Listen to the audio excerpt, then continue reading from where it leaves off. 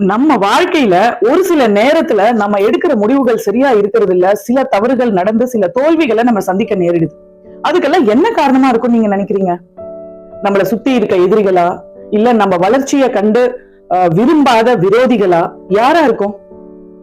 பொறுமையா கொஞ்சம் பாஸ் விட்டு யோசிச்சு பாத்தீங்கன்னா அதுக்கு மெயின் காரணமே நம்மளோட அவசர புத்தியா தான் இருக்கும்.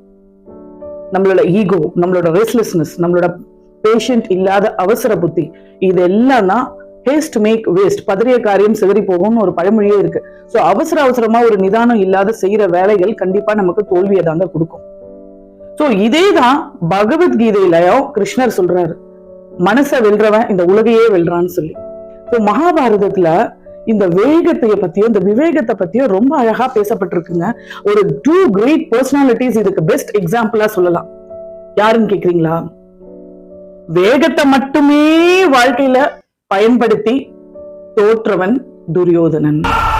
விவேகத்தை மட்டுமே யூஸ் பண்ணி கிருஷ்ணரோட அட்டாச்மெண்ட் ஆகி நல்ல எல்லா திவ்ய ஞானத்தை எல்லாம் பெற்று ஜெயிச்சவன் அர்ஜுனன். சோ இந்த துரியோதனனும் அர்ஜுனனும் ரொம்ப பெரிய கிரேட் பர்சனாலிட்டிஸ். ஆனா அவங்க கிட்ட இருந்து நமக்கு லைஃப் லெசன்ஸ் நிறைய இருக்குங்க.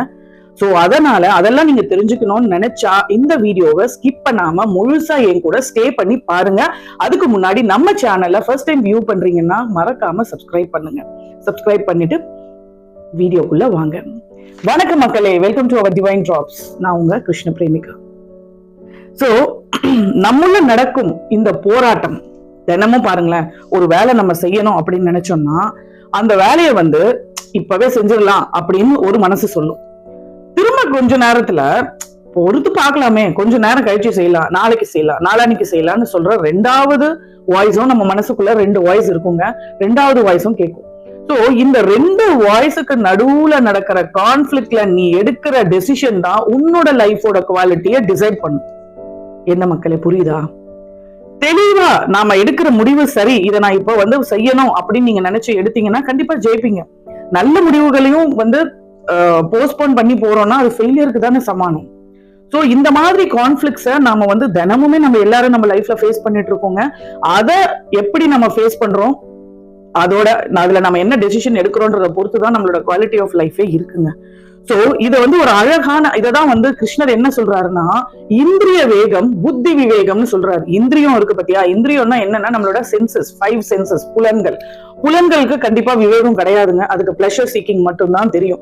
இப்ப நான் குலாப் ஜாமுன் சாப்பிடணும்னா இப்ப சாப்பிடணும்ன்ற பிளஷர் மட்டும் தான் இருக்கும். மனசுக்குள்ள தேவையில்லாத ஓவர் திங்கிங் எல்லாம் வரும். ஐயோ, குலாப் ஜாமுன் சாப்பிடாமே நான் செத்துட்டேன்னா என்ன ஆகுறது, நான் இப்ப சாப்பிட்டே ஆகணும் அப்படின்ற மாதிரி எல்லாம் யோசிக்க தோணும்.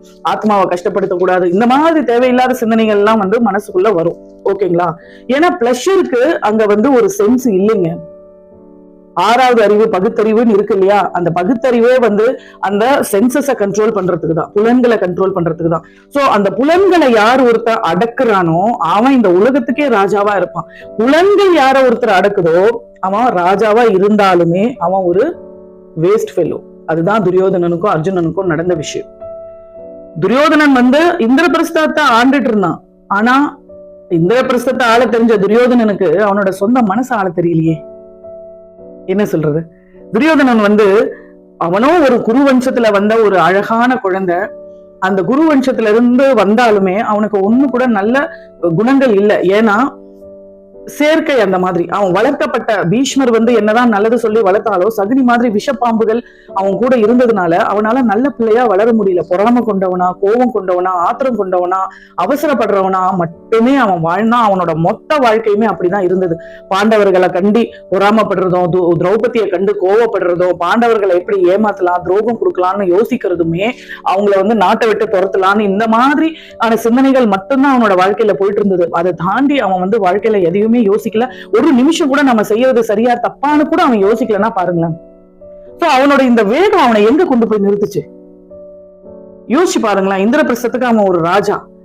முதல்ல அவன் தன்னையே இழந்தான், தன் குடும்பத்தை இழந்தான், தன் ராஜ்யத்தை இழந்தான், அட்லாஸ்ட் அவன் உயிரையே இழந்தான். இதுதான் வேகத்தோட முடிவு. அதே நம்ம அர்ஜுனனை பாருங்க.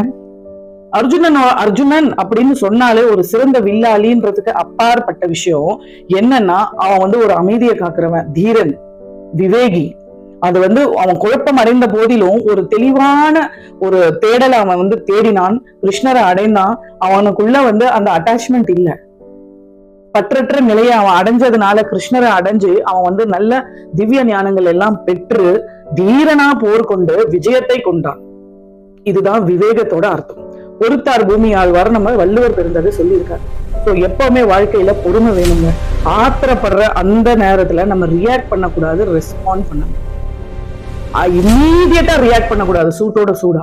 அதை ஒரு பாஸ் பட்டன் அழுத்தி கொஞ்சம் பொறுமையா இருந்து ரெஸ்பாண்ட் பண்ணீங்கன்னா எது சரி எது தப்புன்னு நம்ம மைண்டுக்கே தெரிஞ்சிருங்க. அதாவது ஆத்திரப்படுறவனோட மைண்ட் புத்தி எப்படி இருக்கும்னா, கண்டிப்பா அந்த புத்தி கிளவுடட் மைண்ட், அதாவது கலங்கப்பட்ட புத்தி. அந்த கலக்கத்துல இருந்து நீங்க எப்படி ஒரு தெளிவான தண்ணியை எடுக்க முடியுமா? ஒரு போட்டு கிளம்பி போயிருக்குன்னா அங்க சேரும் சகதியமா இருக்கும், அங்க குடிக்கிற தண்ணி எடுக்க முடியுமா? அந்த மாதிரிதான் கலக்கத்துல இருக்க புத்திக்கு மத்தியில நம்ம ஒரு நல்ல முடிவை எடுக்க முடியாது. அந்த புத்தி கலக்கத்தோடவே வாழ்க்கை பூரா வாழ்ந்தான் துரியோதனன்.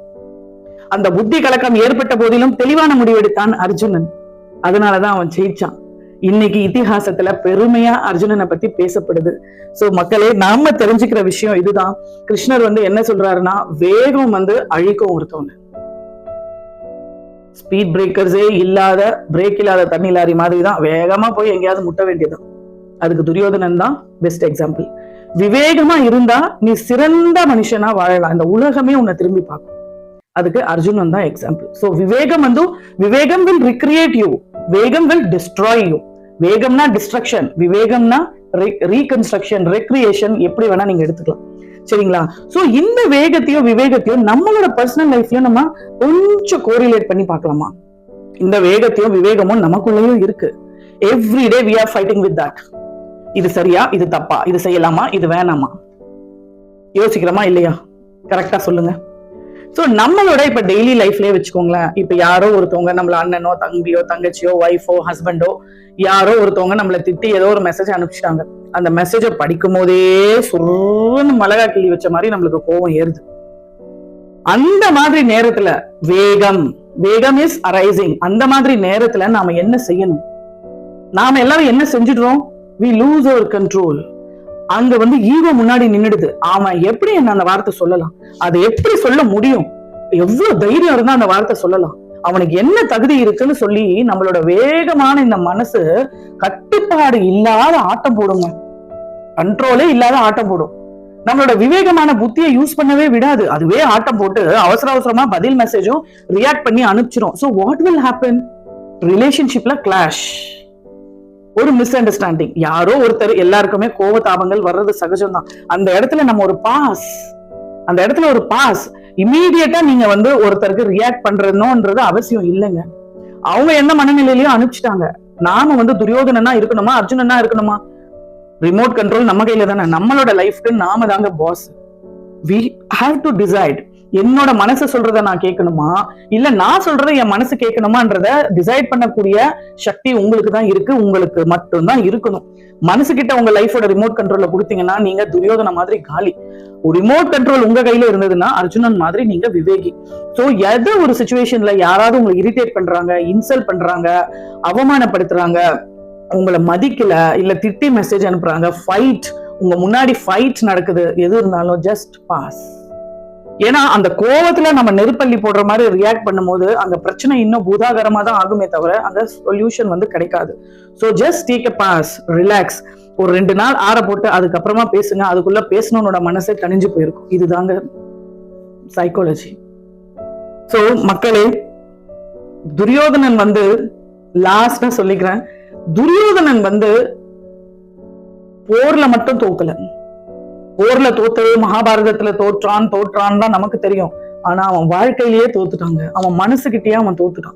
அவன் மனசை அவன் ஒரு நிமிஷம் கூட கண்ட்ரோல் பண்ணல, ஒரு நிமிஷம் கூட அவன் அனலைஸ் பண்ணல. அவனோட லைஃபோட கோல் என்ன, அவன் லைஃப்ல அவன் என்ன பண்றான், அவன் நோக்கி போறது சரியா தப்பான்றது. எப்பவுமே நம்மளை சுத்தி சகுனி மாதிரி ஆட்கள் இருந்தாலும் கூட நீ செய்வது சரியா தப்பான்னு உன்னோட உள்ளுணர்வு உனக்கு சொல்லும். உங்க மனசை சொல்றதை நீங்க கேளுங்க. உங்க மனசை உங்க கண்ட்ரோல்ல வச்சுக்கோங்க. உங்க புத்திய கொஞ்சமாவது யூஸ் பண்ணி உங்க வாழ்க்கையை நீங்க நடத்துனீங்கன்னா உங்க வாழ்க்கை ஹாப்பியா சக்சஸ்ஃபுல்லா இருக்கும். எப்பவுமே அர்ஜுனன் மாதிரி நடங்க.